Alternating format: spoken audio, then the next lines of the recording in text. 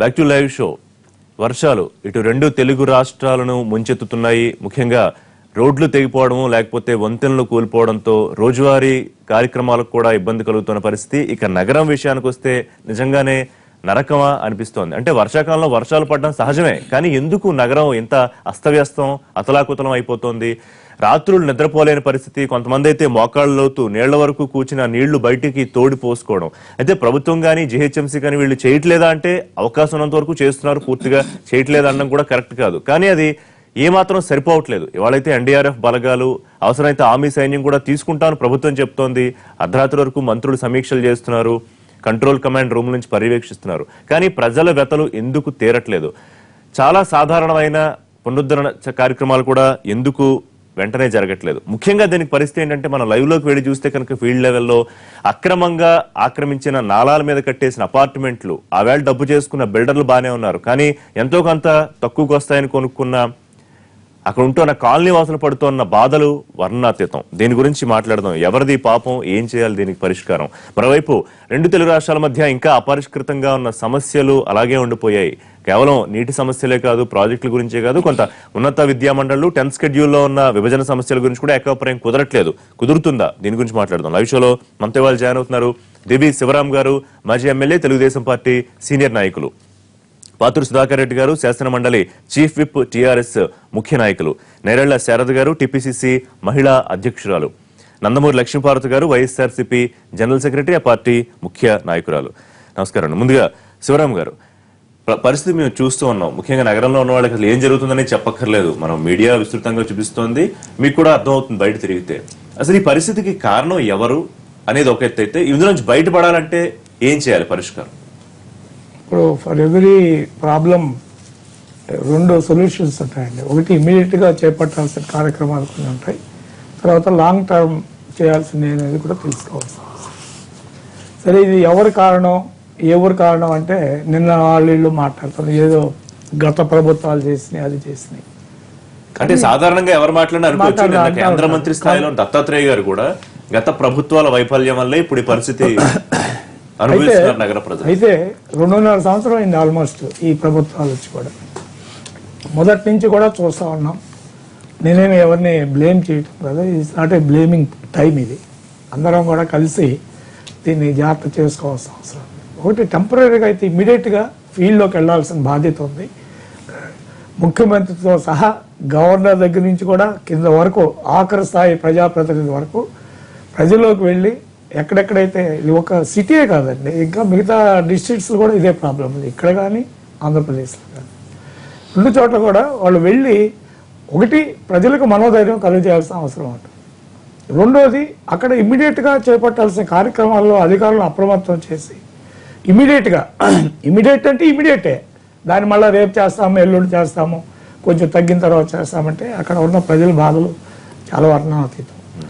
ఇవన్నీ కూడా చూసుకుంటే ఇప్పుడు ఇమ్మీడియట్గా ఎక్కడెక్కడైతే అవసరం అనుకుంటే అబ్స్ట్రక్ట్ చేస్తున్న, వాటర్ పోవటానికి చేసే అబ్స్ట్రక్షన్ చేసే ఏమన్నా కన్స్ట్రక్షన్ కానీ ఇమ్మీడియట్గా ఎలాంటి హెసిటేషన్ లేకుండా ఓపెన్ చేసేసి వాటర్ అంతా ఎక్కడెక్కడ రైలు ద్వారా పోవటమో, లేకపోతే ఇంకా ముందు ఎక్కడైతే మూసినల్లోకో ఎక్కడికో బయటకు పంపించాల్సిన బాధ్యత ప్రభుత్వం మీద ఉంది.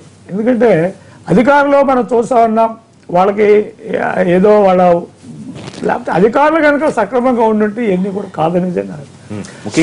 ముఖ్యంగా విమర్శ ఏంటంటే, నిజంగానే అధికారులు కళ్ళు మూసుకుని పర్మిషన్స్ ఇచ్చారా? నిన్న ప్రజలందరూ అదే ప్రశ్న అడుగుతున్నారు. మాకేం తెలుస్తాయండి, మేము చూసుకుంటాం, లేఅవుట్ చూపిస్తారు, ఫలానా ఫ్లాట్ అనుకుంటాం, అక్కడ పర్మిషన్స్ ఎందుకు ఇచ్చారు? రేపు ఎటువంటి పరిస్థితి అధికారులు కదా చూడు చెప్పాల్సి.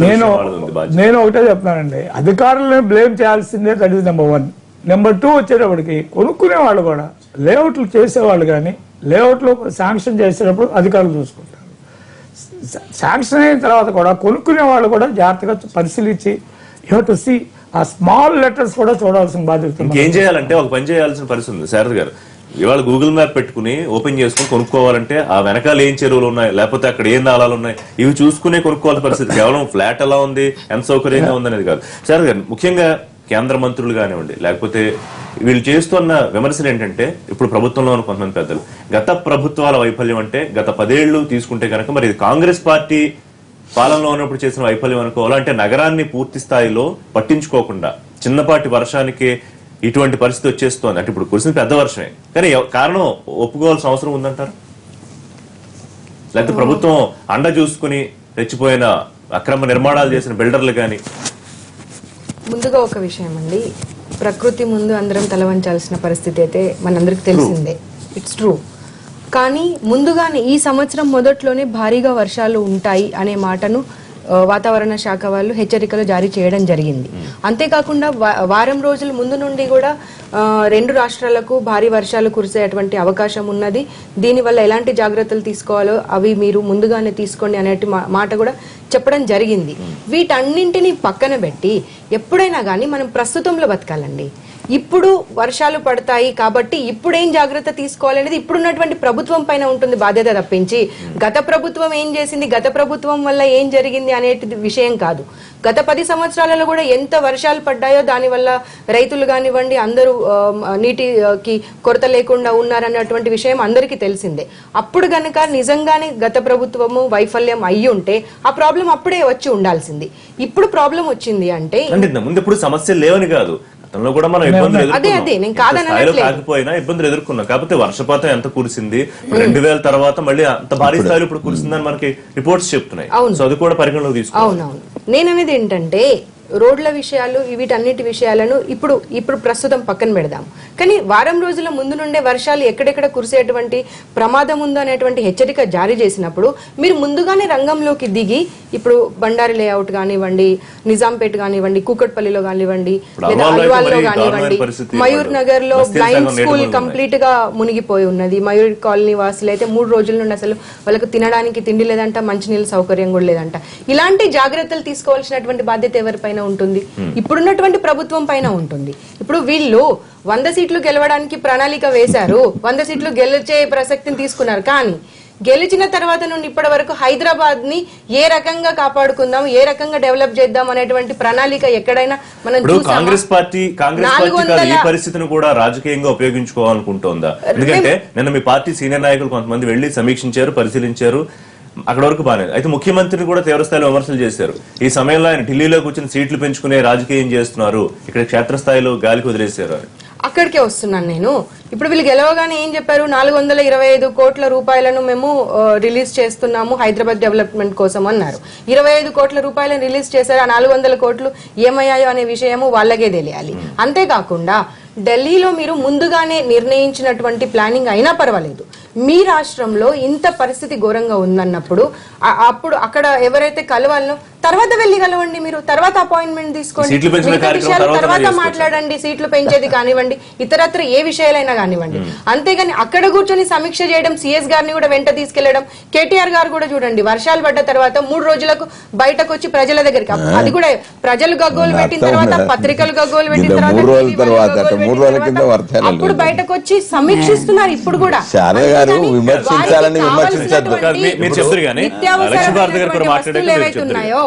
Let me finish. నిత్యావసర వస్తువులను తీసుకెళ్లి సప్లై కూడా చేయలేదు. ఎంతసేపు వాళ్ళు ఎన్జిఓలు అనే మాట మాట్లాడుతున్నారు. సరే, ఎన్జిఓల భాగస్వామ్యం ఉండనివ్వండి, కానీ ప్రభుత్వం ఏం చేస్తుంది? మీ మంత్రులు ఎక్కడున్నారు, మీ కౌన్సిలర్ కార్పొరేటర్స్ ఎక్కడున్నారు? వాళ్ళు వెళ్తున్నప్పుడు నిత్యావసర వస్తువులు ఏవైతే వాళ్ళకి ఎమర్జెన్సీ కావాల్సినవి ఉన్నాయో వాటిని తీసుకెళ్లి మీరు అక్కడ ఎవరికి ఏం అవసరం ఉన్నాయో సప్లై చేసి ఆ తర్వాత మాట్లాడాలి. అంతేగాని జస్ట్ వెళ్ళి లేదు సమీక్ష చేస్తున్నాం అనేటువంటి మాటను చెప్తున్నారు. ఇది సబబు కాదు. ఇవాళ హైదరాబాద్ ఏదన్నా డెవలప్ అయింది అంటే కాంగ్రెస్ హయాంలోనే అటువంటి విషయం ప్రతి ఒక్కరికి తెలిసిందే. కానీ ఇప్పుడు జరిగినటువంటి పరిస్థితులకు బాధ్యత ఇప్పుడు ప్రభుత్వం వహించాల్సినటువంటి సమాధానం చెప్తారు. కానీ ఒకసారి లక్ష్మీభారతి గారు కూడా దీని మీద వారి ఒపీనియన్ తీసుకుంటారు. ఈ దేశంలో మహానగరాల పరిస్థితి అంతా ఇలాగే ఉంది చూస్తే. ఎందుకంటే లాస్ట్ 2012 వచ్చినటువంటి ముంబై ఎంత మునిగిపోయింది, 2014 చెన్నై నగరం కానీ, అదేవిధంగా అసలు ఇక్కడ 1908లోనే మూసీ నది వరద ముంచేసి హైదరాబాద్ ముంచేసి చాలా బిగ్గెస్ట్. మళ్ళీ 2000 సంవత్సరంలో కూడా హైదరాబాద్కు వరదలు వచ్చి ముంచేసినాయి. అందువల్ల ఇప్పుడు ఏ ప్రభుత్వాలు తప్పనే దానికంటే కూడా గతం నుంచి స్వాతంత్రం వచ్చిన నుంచి జరుగుతున్న అనర్థాలు మామూలుగా లేవు. మనకున్న డ్రైనేజీ వ్యవస్థ పూర్తిగా ఫెయిల్ అయిపోయిందని ఒప్పుకోవాలి. అలాగే భారతదేశంలో ఉండే నగరాలన్నింటిలో కూడా హైదరాబాద్ నగరం అక్రమ కట్టడాలకి నంబర్ 1 స్థానంలో ఉంది. అది ఏ ప్రభుత్వాలేదని మళ్ళీ రాజకీయ నాయకులే దీన్ని ఎంకరేజ్ చేస్తూ వచ్చారు. ఎవరికి వాళ్ళకి ఓట్ల కోసం అక్కడ బస్తీలు పెట్టడం, ఇష్టం వచ్చిన పర్మిషన్ లేకుండా అక్కడ ఇళ్ళు వేసేయటం, లేకపోతే ఒక గుడి కట్టడం, అక్కడ ఒక వాడ తయారు చేసేయటం. పేదవాళ్ళు వాళ్ళకి ఏం తెలుసు అలాగే కొన్ని వేల చెరువులు. ఇంకా చెప్పాలంటే టీఆర్ఎస్ నేను పొగుడుతున్నాను కాదు, వీళ్ళు వచ్చాక లెక్కలన్నీ బయటికి తీశారు. ఇప్పుడు ఈ రోజు అక్రమ కట్టడాలు ఎక్కడెక్కడ ఏమేమి జరిగినాయి, నాలాలన్నీ వాటి మీద జరిగినటువంటి కట్టడాలు, మూసీ నది పరివాహక ప్రాంతంలో కట్టిన కట్టడాలు, ఇవన్నిటి గురించి కేటీఆర్ గారు చాలా స్పష్టంగా ఒక రోజు రిలీజ్ చేయడం కూడా జరిగింది.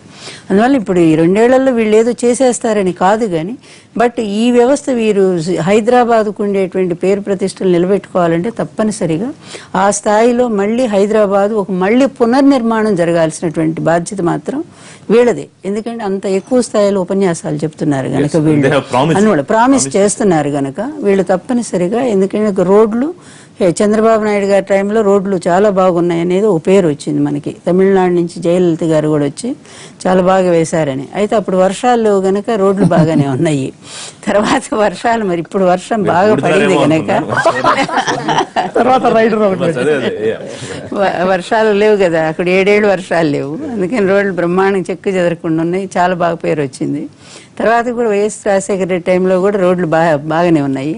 కానీ ఇప్పుడు దురదృష్టం కాదు, ఒక రకంగా ప్రతి సంవత్సరం వర్షాలు వచ్చినప్పుడు నగరవాసులు ఇబ్బందులు పడుతున్న మాట అయితే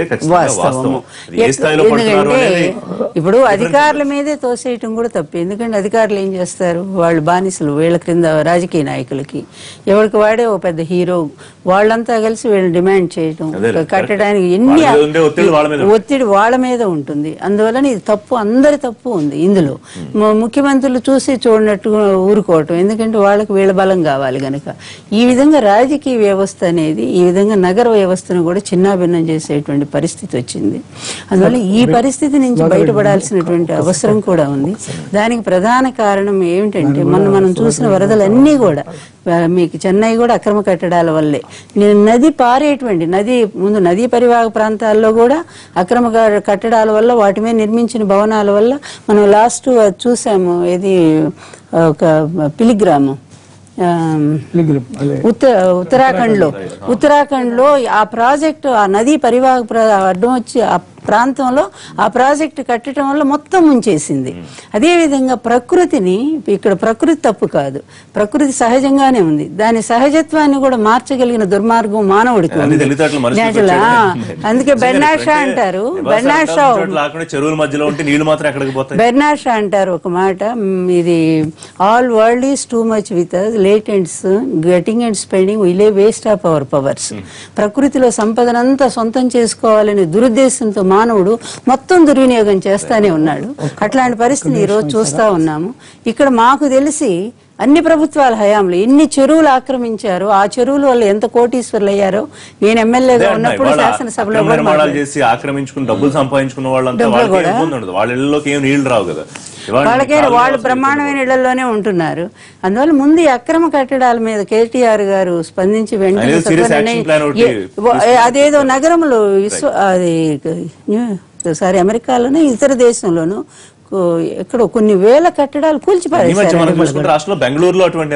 బెంగళూరులో తీసుకున్నారు సార్, మన దేశంలోనే బెంగళూరులో చాలా కొన్ని వేలు కూల్చిపారేశారు నిర్మోహమాటంగా. అట్లాంటి పరిస్థితి. వారు మాట్లాడే ముందు ఒక్క నిమిషం సార్, ఇక్కడ 2 issues ఉన్నాయి. కేసీఆర్ టీఆర్ఎస్ ప్రభుత్వం వచ్చిన తర్వాత ఈ అక్రమ కట్టడాల మీద కొంత చర్య తీసుకున్నారు. బిగినింగ్ లో అక్రమంగా ఉన్నాయి విమర్శలు లేండి. ఇప్పుడు కేసీఆర్ గారు చెప్పింది, టీఆర్ఎస్ గవర్నమెంట్ చెప్పింది, వాళ్ళ పద్ధతి ప్రకారం పోవాలి. విమర్శలు వచ్చినందు మాత్రమే ఆగాలని రూల్ లేదు.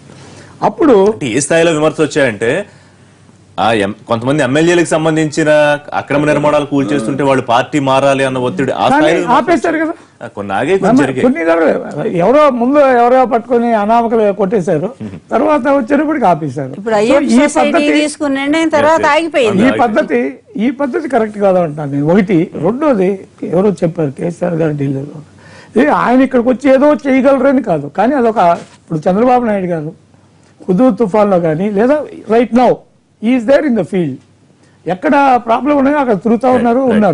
దానివల్ల ఏమవుతుందంటే కేసీఆర్ గారు ఢిల్లీలో ఉంటే ఇక్కడ పని జరగదని కాదు, టెక్నాలజీ డెవలప్ అయిన దాంట్లో కాదు, కానీ ప్రజల్లో అదొక స్థైర్యం అనుకోండి, స్థైర్యం అనండి లేదా అదొక ఆలోచన అనండి ఉండాలా. మన ముఖ్యమంత్రి గారు ఇక్కడ ఉంటే that is only can happen.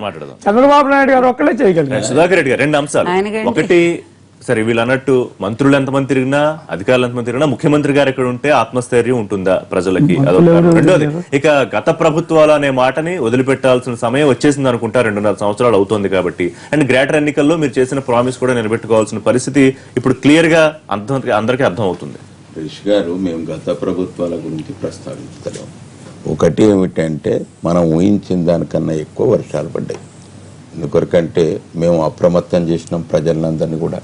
ఎక్కడనైతే లోతట్టు ప్రాంతాల్లో ఉండేటువంటి కాలనీలందరికీ కూడా భారీ వర్షాలు పడతాయి, కాబట్టి మీరు అప్రమత్తంగా జాగ్రత్తగా ఉండండి, మీరు సురక్షిత ప్రాంతాలకు వెళ్ళండి అనే జాగ్రత్తలు కూడా తీసుకోమని చెప్పినాం. దాంట్లో ఎక్కడ కూడా వైఫల్యం చెందలేదు. ఎక్కడికి వెళ్తారు వాళ్ళు? ఇప్పుడు సురక్షిత ప్రాంతాలకు వెళ్ళాలంటే నిన్న కొంతమంది వాళ్ళు చెప్పిందే అంటున్నారు, వెళ్తామండి ఎవరింటికి వెళ్తాం, ఇక్కడ మా ఇంట్లో ఉన్న పరిస్థితి ఏంటి, ఇంట్లో సామాన్లు పట్టి ఆ ప్రాబ్లం. అందుకొరకే వాళ్ళు మనం ఎన్ని జాగ్రత్తలు చెప్పినప్పటికీ కూడా వాళ్ళు మాత్రం వెళ్ళరు. ఎందుకొరకంటే వాళ్ళ జాగ్రత్తలు వాళ్ళు ఉంటా అంటారు, మా ఇల్లు ఏమైతుందో దోసుకపోతారు కావచ్చు భావన ఉండేట సహజం. అది ఎందుకొరకంటే అడిగేది ఏంటంటే ఆ నీళ్లు వాళ్ళ కాలనీలోకి వాళ్ళ ఇళ్లలోకి రాకుండా జాగ్రత్తలు తీసుకోవాలి. మీరు నిన్న చూసినట్టు మొన్న కాలనీలో ఇదంతా కూడా ఎట్లొస్తుందంటే మనం అంటే నేనైతే 1970లో కూడా హైదరాబాద్ కొట్టుకపోతుందని భయాందోళన కలిగి సుమారు 200 మంది చనిపోయిన గౌరిగూడ ప్రాంతంలో. ఇప్పుడు కూడా 2000 సంవత్సరం కూడా 2200 కన్నా పైబడి చనిపోయినటువంటి కుటుంబం. అంటే ఎప్పుడైనా కానీ సెప్టెంబర్ మాసం అనేటువంటిది హైదరాబాద్కు డేంజర్ అనేటువంటిది గతం నుంచి కూడా అనుభవాలు వస్తున్నాయి. ఆ అనుభవాలు పురస్కరించుకునే ముఖ్యమంత్రి గారు అందరికి కూడా ఈ భారీ వర్షాలు వస్తాయి కాబట్టి జర జాగ్రత్తగా ఉండాలనేటువంటిది మంత్రులను, శాసనసభ్యులను, కార్పొరేటర్లను అందరూ కూడా అప్రమత్తం చేసినాం. మనం ఎంత చేసినప్పటికీ కూడా కొన్ని ఇప్పుడు మనం ఎన్నో రకాలుగా అనుకున్నా గానీ మనం ఊహం ఒకటి ఉంటది, ఇంకో రకంగా జరుగుతుంది ప్రకృతి. సో ఇప్పుడు ఒకటి చెప్పండి, ఇప్పుడు ఈ వర్షాలు ఇంకా ఒక 2 రోజుల నుంచి 5 రోజులు భారీగా కురిసే అవకాశం ఉంది. మరి ఇప్పుడు ప్రజలకు ఏం చెప్పాలి మనం? వాళ్ళు అలాగే నీళ్లలో ఉండాల్సిన పరిస్థితే ఉంటుందా ఈ 5 రోజులు వర్షాలు పూర్తిగా తగ్గేదాకా? కరెంట్ లేకుండానే ఉండాల్సి ఉంటుందా? ఇప్పుడు పురపాలక శాఖ మంత్రి సీఎం కన్నా ఎక్కువగా ప్రజలకైతే రామారావు బాగా చేస్తాడనేటువంటి ఒక నమ్మకం ఉన్నది. కాబట్టి సీఎం లేకపోయా నమ్మకాన్ని కలిగిస్తున్నారా ప్రజలు? నేచురల్ గా శివరామ్ గారు అన్నట్టుగా మా దగ్గర ప్రజలైతే మాత్రం కేటీ రామారావు గారు ఉంటే న్యాయం జరుగుతుంది అనేటువంటి ఉన్నది అన్నమాట. ప్రజలు భావన ఉన్నది. ఆ విధంగా యువకుడు ఉత్సాహవంతుడు వాళ్ళు మాట్లాడుతున్నప్పుడు చూసాము. జవహర్ నగర్ కాలనీ వాసులందరూ మాట్లాడుకుంటే ఏమన్నారు, ప్రభుత్వానికి సంబంధించిన లీడర్లు అందరూ వచ్చి పైనుండి ఇలా చూసుకుంటూ వెళ్ళిపోయారు తప్పించి మా దగ్గర వరకు ఎవరు రాలేదు.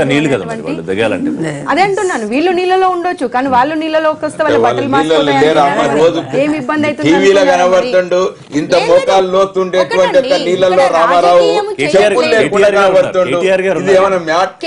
ఎమ్మెల్యేలు, ఎమ్మెల్సీలు, కార్పొరేటర్లు మీరు ఇట్లా మాట్లాడితే నేను చెప్పేది ఒకటేనండి, ఇటువంటి సమయంలో రాజకీయం చేయడం అనేది కాకుండా వాళ్ళని ఏ రకంగా మనం రక్షించుకుందాం, రెస్క్యూ టీమ్స్ ని ఎన్ని మీరు పంపిస్తారు, ఎన్ని అంటే ఆరోగ్యం కూడా వాళ్ళు చెడిపోయేటువంటి పరిస్థితిలో ఉన్నారు కాబట్టి మెడిసిన్స్ ని మెడిసిన్స్ కానివ్వండి, ఇవాళ వాళ్ళకి నిత్య అంటే కనీసం ఫుడ్ కూడా పంపించేటువంటి పరిస్థితి లేదు.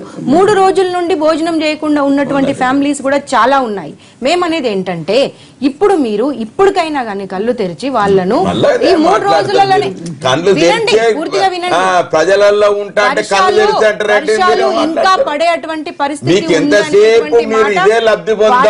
రాజకీయ లబ్ధి పొందాం, ఏ అవకాశం వచ్చినా దాన్ని మా వైపు మలుచుకుందామంటే మాత్రం ప్రజలే చీకొట్టేటట్టున్నారు మిమ్మల్ని అందరినీ. మేము నిన్న నేను ప్రజల చూసిన తరపున మాట్లాడుతున్నాం. కాంగ్రెస్ వాళ్ళు ఎందుకంటే వస్తే ప్రజలను తరిమి తరిమి కొడతామనేటువంటి బాధ్యత. మాట మాట్లాడతారు. ప్రజలను అట్లా మాట్లాడతారు. ఆ రకమైనటువంటి కాంగ్రెస్ వాళ్ళు వస్తే తరిమి కొడతారు. వీళ్ళు చెప్తా ఉన్నారు. నేను ఒకటే మాట నేను వెళ్ళలేదు. ఒకవేళ అలా అన్నారా? నేను ముందుగానే ఒక మాట ఏమన్నాను, ఈ టైంలో రాజకీయం చేయడం అనేది కాకుండా అట్లా ప్రజలను మాట్లాడండి. ఎలా కాపాడు. నేను నేను ఈ మాట ఒప్పుకుంటా. అన్నాను, మీరు వినకుండా ఓపిక లేకుండా మాట్లాడుతున్నారు. నేను ఒకటే నేను ఎట్లా చెప్తాను, ఒప్పుకోలేదండి. ఈ సమయంలో ఇంతసేపు విన్నా, రెండోసారి వాళ్ళను ఎలా మాట్లాడుతున్నారు. కాపాడుకుందాము అనేటువంటి ఆలోచన చేయాల్సినటువంటి అవసరం ఉంది. Yes. ఇంకా భారీ వర్షాలు ఉన్నాయన్నటువంటి మాట కూడా చెప్పడం జరిగింది కాబట్టి వాళ్ళను సురక్షితమైనటువంటి స్థానాలకు తరలించాల్సిన అవసరం ఉంది. అంతేకాకుండా ఈ 3-4 రోజులు కాదు, నెల రోజుల వరకు కూడా వాళ్ళు కోలుకొని మళ్ళీ స్థిరంగా వాళ్ళ పరిస్థితులు అయ్యే వరకు కూడా చూడాల్సిన ఇప్పుడు శారద గారు ఇక్కడ మీకు ఇంకో బాధ్యత ప్రశ్న ఉంది. ప్రభుత్వం ఇప్పుడు పైన ఉంది. కిర్లోస్కర్ కమిటీ ఒక నివేదిక ఇచ్చింది 2004లో. ఆ తర్వాత 10 ఏళ్లు కాంగ్రెస్ ప్రభుత్వం పరిపాలించింది. అప్పట్లో పనులు మొదలు పెట్టుంటే 5,000 నుంచి 8,000 కోట్ల రూపాయలతో సాధ్యమయ్యే పనులు ఇవాళ టేకప్ చేయాలంటే 20,000 కోట్ల పైన అవుతుంది. మరి దీనికి బాధ్యత సమాధానం చెప్పాల్సిన అవసరం కాంగ్రెస్ పార్టీకి లేదా, ఉందా? తప్పకుండా ఉందండి. కానీ మేమేమంటున్నామంటే ఇవన్నీ నివేదికలు కానివ్వండి, తెప్పించుకోవడం కానివ్వండి, వీటి గురించి సమీక్షించడం కానివ్వండి, ఇవన్నీ కాస్త ప్రజలకు మనం ఊరట కలిగిన తర్వాత ఏ రకంగా మళ్ళీ ఈ పరిస్థితులు రాకుండా ఉండేట్టుగా చూసుకుందాం అనే మాటను మనం తర్వాత కూర్చొనైనా మాట్లాడొచ్చు. అది ఇప్పుడు కానీ గతంలో దీన్ని ఎందుకు నిర్లక్ష్యం చేశారు అనేది కూడా, పబ్లిక్ ని ఏ గతంలో ఎందుకు రకంగా నిర్లక్ష్యం కాపాడుతున్నాము చేశారు అనేది ముందు పాయింట్. దాని గురించి మనం గతంలో ఆలోచించాలి. ఎందుకు నిర్లక్ష్యానికి గురయ్యాయి ఈ కమిటీ నివేదికలు, లేకపోతే అధికారుల ముందస్తు చర్యలు, జాగ్రత్తలు? ఇప్పుడు ఇది చెప్పాం కదా, ఇది ఈ డ్రైనేజ్ వ్యవస్థ అనేది ఎవరు పెళ్లగించలేనటువంటిది ఒక మహమ్మారిలాగా తయారైపోయింది నగరానికి. ఈ నాలాలు డ్రైనేజీలు ఎక్కడ కలిసిపోవడం అనేది ఆల్రెడీ మరొక నాకు తెలిసి వైఎస్ రాజశేఖర రెడ్డి గారి టైంలో ఇక్కడ నెక్లెస్ రోడ్ పక్కన ఒక 2-3 బిల్డింగ్స్ పగలగొట్టించారు. దాంతో ఎంత పెద్ద ఎత్తున ఆందోళన వచ్చిందంటే విపరీతమైన వ్యతిరేకత గవర్నమెంట్. సహజం ఎంతే కదా, ఎందుకంటే అట్లా పాతుకుపోయిన ఉన్నారు. అందువల్ల మనిషి తన స్వార్థం కోసం వీటన్నిటిని కూడా ఇలా దుర్వినియోగం చేసుకుంటూ పంచభూతాలను వాడేసుకొని ఇష్టం వచ్చినట్టు, చివరికి ప్రకృతి కూడా పాపం ఏం చేయలేక దాని ఇష్టం వచ్చినట్టు అది చేస్తుంది. నిజానికి ఈ వర్షాలు ఆగస్టులో వచ్చి ఉంటే ఇది ఒక బంగారం రైతులకు, కానీ అందరు తాగునీరు సాగునీరు ఏ లోటు లేకుండా ఉండేది. కానీ ఈ సెప్టెంబర్లో రావటం వల్ల, ఎండింగ్లో రావటం వల్ల, అందులో చివర్లో రావటం వల్ల ఉన్నవి కూడా కొట్టుకుపోయేటువంటి పరిస్థితి. ఏదన్నట్టు ఉంచుకున్నది ఉన్నది అన్నీ పోయినట్టుగా పోయినాయి, మొత్తం కూడా పోతా ఉన్నాయి. నన్ను పైగానేమో నగరాల్లో ఇంత వర్షం కూడా చాలా తీవ్రమైన నష్టాన్ని కలిగిస్తుంది, పెద్ద ఉపయోగమే లేదు. డ్రైనేజ్ వాటర్ ఇది భూగర్భ జలాలు పెరుగుదల కోసం అని అనుకుంటే ఇక్కడెక్కడ కాంక్రీట్ బిల్డింగ్స్ ఇవన్నీ కూడా ఎక్కడ భూగర్భ జలాలు ఇంకిపోయేటువంటి అవకాశం లేనటువంటి పరిస్థితి.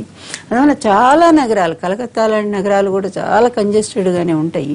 అందువల్ల నగర పరిస్థితిని మాత్రం సమీక్షించుకోలేకపోతే మనం ఫారిన్ కంట్రీలు ఎందుకు డెవలప్ అయినాయి అంటే ప్రధానంగా ఈ నగర నిర్మాణ వ్యవస్థ వచ్చినా దాదాపు 1-2 రోజుల్లో వాళ్ళు మళ్ళీ అయిపోతారు. వాళ్ళకున్న విపత్తులు మనకి లేవు, అసలు వాళ్ళకు ఏదొచ్చినా భయంకరంగానే వస్తా ఉంటాయి. ఋషి గారు తాత్కాలికమైనటువంటి యొక్క ఆదుకునుడు ఏదైతున్నదో ఇమీడియట్ గా రిలీఫ్ కావాలి.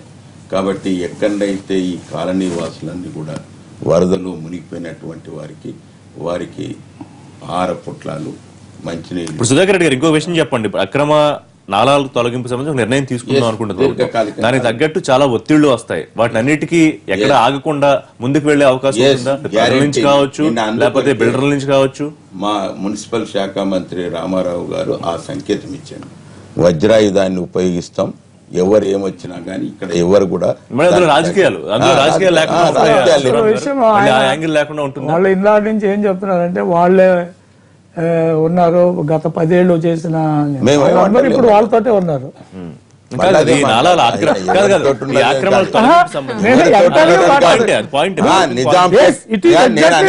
ఏమిటంటే పరిసర ప్రాంతాలు ఏవైతున్నాయో నిజాంపేట గాని, ప్రగతి నగర్ గాని, అల్వాల్ గాని, ఇవన్నీ కూడా ఆ రోజు గ్రామ పంచాయతీలో ఉండేటువంటి పర్మిషన్ తీసుకుంటారు. గ్రామ పంచాయతీలతో వచ్చే వారికి ఇక్కడ హైదరాబాద్ నగరంలో ఉండేటువంటి వారికి ఏమి ఇబ్బంది జరుగుతలేదు.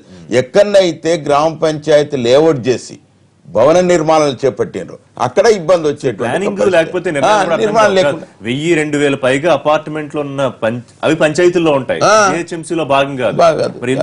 అందులో ఏమైందంటే రిషి, దీనికి కోర్టు కేసులు నగర కెపాసిటీ 40 లక్షలు, కానీ ఈ రోజు మొన్న వీళ్ళ సర్వే ప్రకారమే 1,20,00,000 వీళ్ళే చెప్పారు. అంటే మించిపోయినటువంటి జనాభా అవసరాలు అరకొర. హైదరాబాద్ మొత్తం చేశారు కదా, ఇంటింటి సర్వే చేసినప్పుడు కంటిన్యూ చేద్దాం. చిన్న బ్రేక్ తీసుకుందాం లైవ్ షోలో. బ్రేక్ తర్వాత చర్చ కంటిన్యూ చేద్దాం. Stay tuned. అదే జిహెచ్ఎంసీ